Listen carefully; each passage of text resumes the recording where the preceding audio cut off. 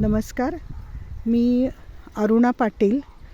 माझं शेत आहे लवळे गावाजवळ, तालुका मुळशी, जिल्हा पुणे. आज हा व्हिडिओ करायचं कारण असं आहे की हे माझं छोटीशी 3 एकरची जागा आहे आणि त्याच्यामध्ये मी 4 वर्षापूर्वी हे आंबे लावले होते. तर हा बहुतेक ना केशर आंबा आहे, नावं हरवली. पण ह्याचा व्हिडिओ करायचं कारण असं आहे की ह्या वर्षी ह्याला पहिल्यांदा मोहर आला. तो मोहर आल्यानंतर आम्हाला खके सरांचे खूप व्हिडिओ आपण पाहिलेले आहेत एअर इरिगेशनवरती. तो जो शेतकी कॉलेजच्या टेरेसवरचा मॅडमचा व्हिडिओ होता तो माझ्या लक्षात होता.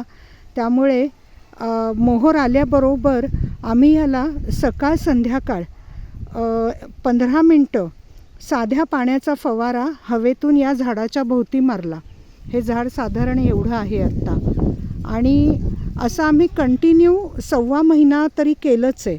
आणि आमच्या लक्षात असं आलं की त्याला छान फ्रूट सेटिंग झालं. आणि आमच्या आसपासमध्ये ना खूप आंब्याची झाडं आहेत दुसऱ्यांकडे, पण त्यांच्याकडं सगळा मोहर जळून गेला. आणि आम्हाला मात्र ह्या इरिगेशनचा खूप फायदा झालेला आहे.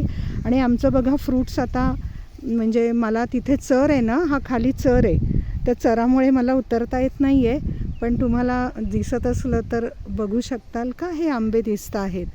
तर हा आम्हाला सरांच्या या नवीन संशोधनाचा हा खूप फायदा झालेला आहे. अशी माझ्याकडे 3 आंब्याची झाडं आहेत. आता ती थोडासा तो एक लांब आहे, हा इकडे एक आहे आंब्याचं झाड, त्यालाही कैऱ्या लागलेल्या आहेत. आणि ह्या बाजूला रांगेमध्ये ह्या ऊसाच्या शेजारी हा दूध पेढा आंबा आहे. ह्यालाही यावर्षी आंबे लागलेत. हे सगळे आमचे आंबे पहिल्या वर्षीचेच आहेत. तर हा आमचा एअर इरिगेशनचं महत्त्व सांगण्यासाठी आम्ही हा व्हिडिओ केला. तर खके सर खूप खूप धन्यवाद. आम्ही पुढच्याही वर्षी आता हे फॉलो करणार आहोत.